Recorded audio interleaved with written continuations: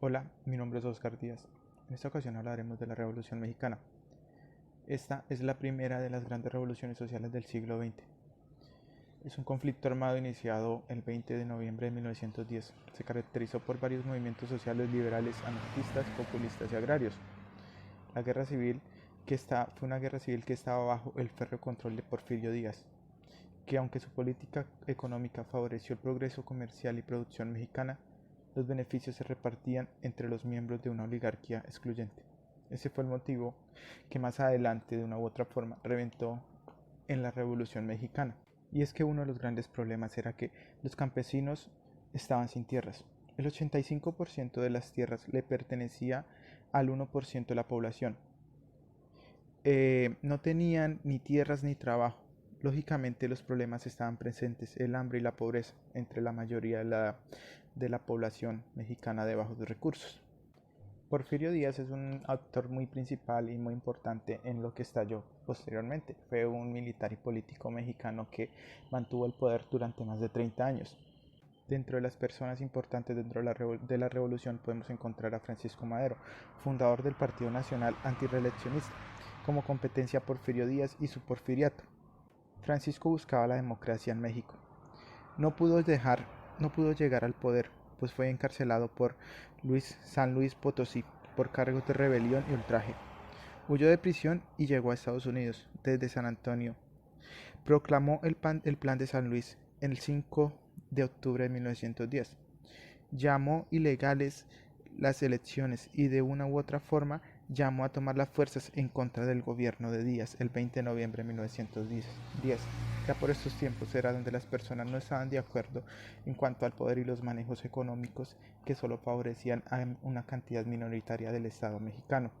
La revolución en sí se empieza a rodar en el norte del país.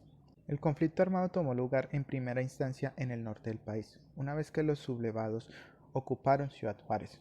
En ese momento, Porfirio Díaz presentó su renuncia y se exilió en Francia.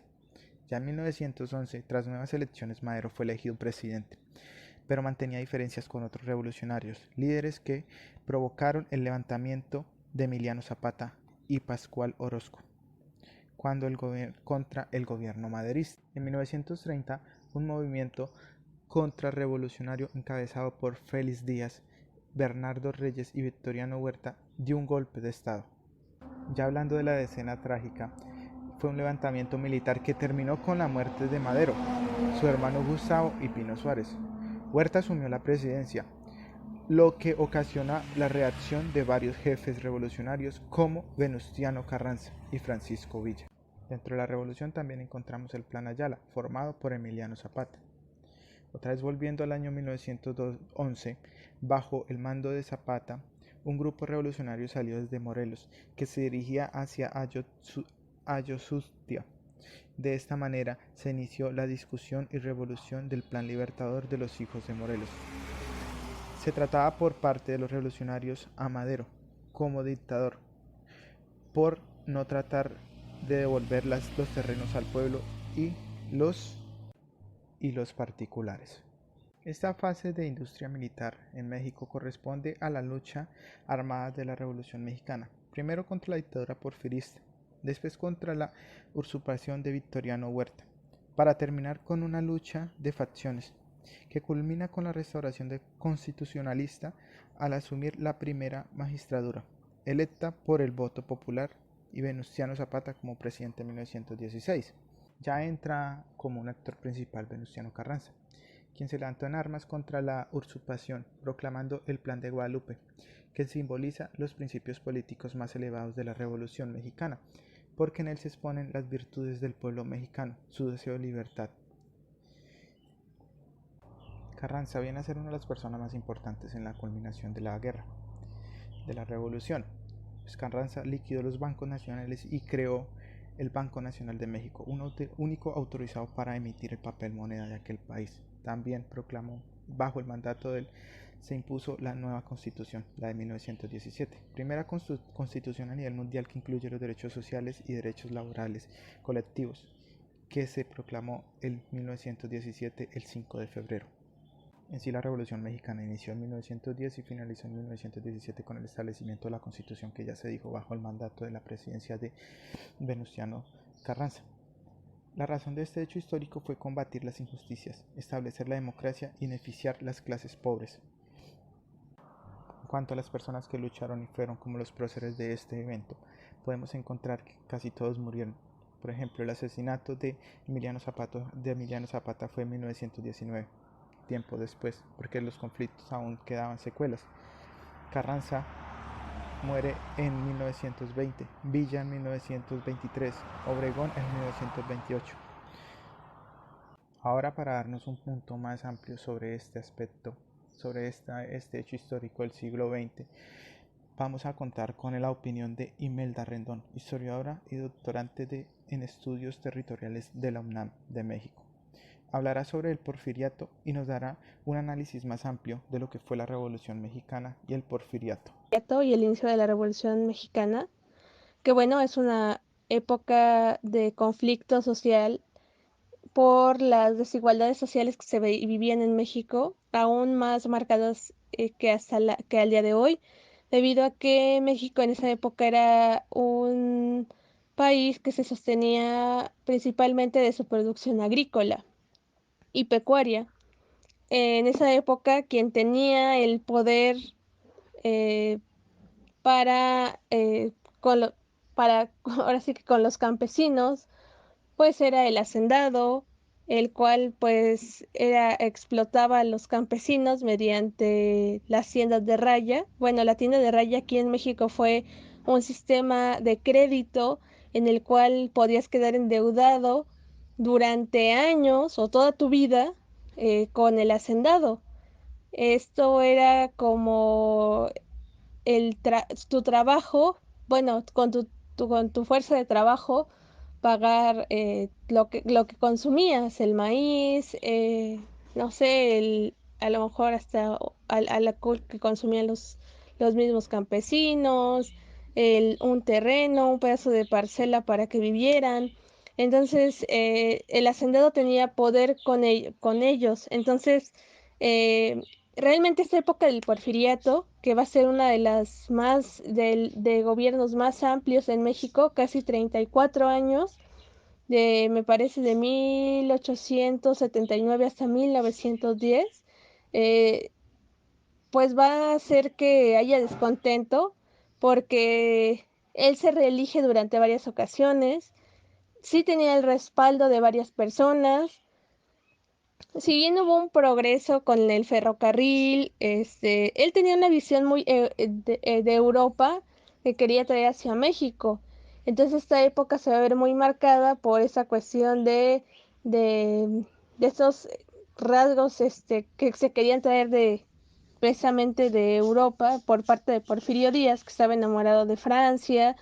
Entonces, por ejemplo, el Palacio de Bellas Artes, algunas otras figuras estarán muy inclinadas hacia este concepto de la europeización, bueno, de cómo se tenía este concepto que se tenía en Europa de lo que era la modernidad. Eh, Él al estar tanto tiempo en el poder, pues va a crear conflictos y precisamente en una entrevista que le realiza un estadounidense, le pregunta, oiga, pues hay descontento por parte de las personas que quieren tomar como el cargo de presidencia, quieren ser contendientes, ¿usted está dispuesto a hacer unas elecciones? Y en la entrevista menciona que sí, le toman la palabra a los contendientes y es una forma en la que poco a poco lo pueden quitar del poder y hacer elecciones. Entonces, bueno, esto va a traer consigo otras problemáticas también, porque eh, Porfirio Díaz está muy ligado a la iglesia y al conservadurismo. Entonces, pues, el clero, las clases acomodadas, pues tenían privilegios que con la nueva llegada de, de, de la Revolución Mexicana, pues pues van a parar un alto, no van a decir, bueno, ¿y qué pasa con los campesinos? ¿Qué pasa con los obreros, no? El latifundio está presente, o sea, el latifundio era que una persona tuviera el control de muchas tierras.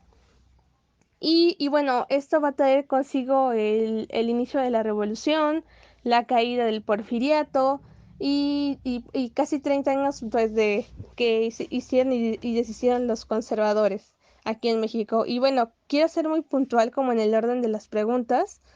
Em, la reforma agraria que trajo consigo en los movimientos sociales, bueno, precisamente esa cuestión del latifundismo, lo que marcó mucho esta reforma agraria era que no se les daba un lugar al campesino. Entonces, va a haber descontento y también va a ser un parteaguas para que en 1910 estalla la, la revolución mexicana. Se va a luchar precisamente porque exista esa división de la tierra. Aquí en México se le va a llamar el ejido. El ejido es una tierra comunal que no se podía vender, solo se podía repartir entre los mismos campesinos.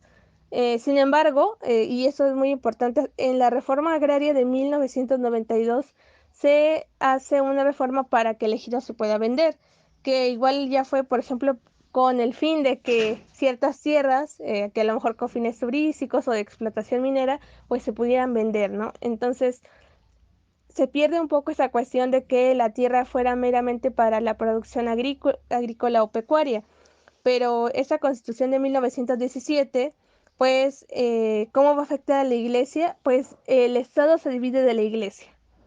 Entonces, esto va a afectar porque al tener privilegios el clero, los sacerdotes, pues tenían mucho poder aquí en México, registraban a las personas, o sea, si nacían, el hecho de que fueran bautizadas en una iglesia, pues era como el registro civil, casi casi, era también el hecho de que, eh, por ejemplo, al ser la única religión que estaba aquí en México, la católica, pues si querías ser de otra religión, no podías enterrar ni siquiera a tu difunto en un panteón, ¿no? Entonces, sí tenía un poder la iglesia dentro del, de los, digamos que dentro del gobierno, hasta dentro de la propia educación, ¿no? Quien estaba alfabetizando a muchos de los niños, niñas, pues era los mismos sacerdotes, o había todavía una inclusión por la religión católica,